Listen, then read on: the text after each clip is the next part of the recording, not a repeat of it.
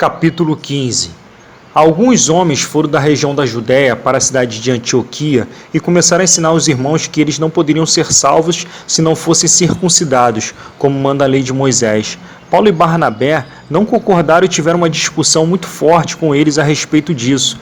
Aí foi resolvido que Paulo e Barnabé e mais alguns irmãos fossem para Jerusalém a fim de estudar esse assunto com os apóstolos e os presbíteros da igreja. Então a igreja de Antioquia mandou que eles fossem. Eles passaram pelas regiões da Fenícia e da Samaria, contando com os não-judeus estavam se convertendo a Deus. E todos os irmãos ficaram muito alegres com essa notícia. Quando chegaram a Jerusalém, foram recebidos pela igreja, pelos apóstolos e pelos presbíteros e lhe contaram tudo o que Deus havia feito por meio deles. Mas alguns membros do partido dos fariseus, que também haviam crido, se levantaram e disseram: os não-judeus têm de ser circuncidados e têm de obedecer à lei de Moisés. Então os apóstolos e os presbíteros se reuniram para estudar o assunto.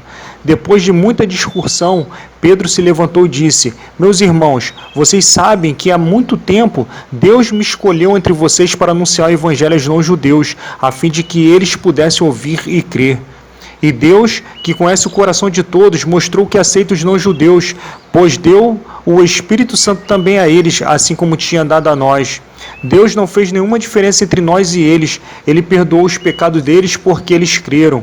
Então, por que é que vocês estão querendo pôr Deus à prova, colocando uma carga nas costas dos que os que agora estão crendo? E essa carga nem nós, nem os nossos antepassados podemos carregar. Pelo contrário, por meio da graça do Senhor Jesus, nós, judeus, cremos e somos salvos do mesmo modo que os não-judeus. Então todos os que estavam ali ficaram calados e escutaram Barnabé e Paulo contarem todos os milagres e maravilhas que Deus tinha feito por meio deles entre os não-judeus. Quando eles terminaram de falar, Tiago disse: meus irmãos, escutem. Simão acabou de explicar como Deus primeiro mostrou o seu cuidado pelos não-judeus, escolhendo do meio deles um povo que seria dele.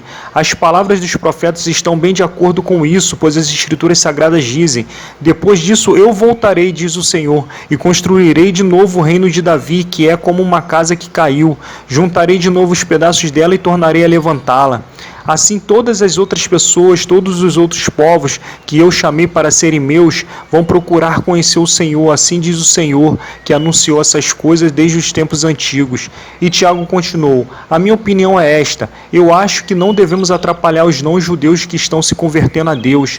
Penso que devemos escrever a eles uma carta dizendo que não comam a carne de animais que foram oferecidos em sacrifício a ídolos, que não pratiquem imoralidade sexual, que não comam a carne de nenhum animal que tenha sido estrangulado e que não comam sangue.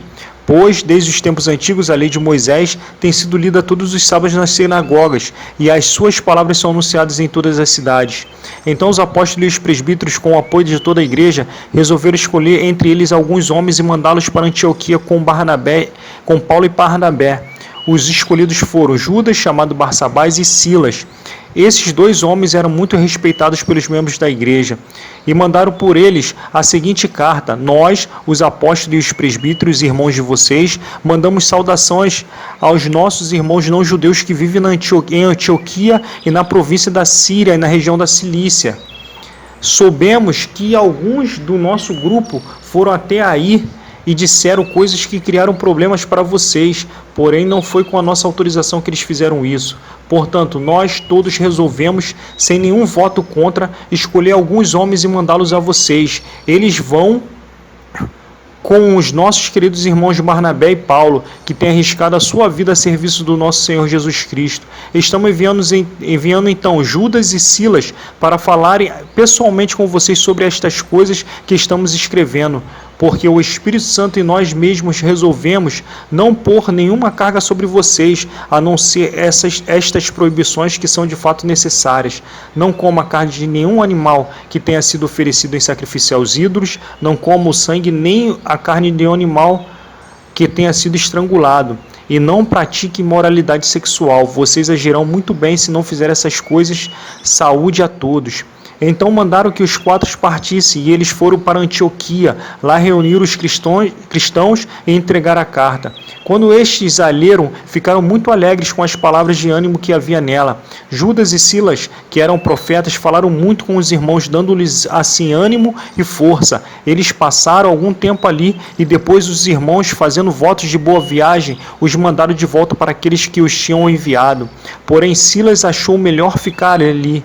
Mas Paulo e Barnabé ficaram algum tempo em Antioquia. Eles e muitos outros cristãos ensinavam e anunciavam a palavra do Senhor. Algum tempo depois, Paulo disse a Barnabé: vamos voltar e visitar os irmãos em todas as cidades onde já anunciamos a palavra do Senhor. Vamos ver se eles estão bem. Barnabé queria levar João Marcos, porém Paulo não queria, pois Marcos não tinha ficado com eles até o fim da primeira viagem missionária, mas os havia deixado na província da Panfilha. Por isso, eles tiveram uma discussão tão forte que se separaram. Barnabé levou João Marcos consigo e embarcou para a ilha de Chipre, enquanto que Paulo escolheu Silas e seguiu viagem, depois de que os irmãos o entregaram aos cuidados do Senhor. E Paulo atravessou a província da Síria e a região da Cilícia, dando forças às igrejas.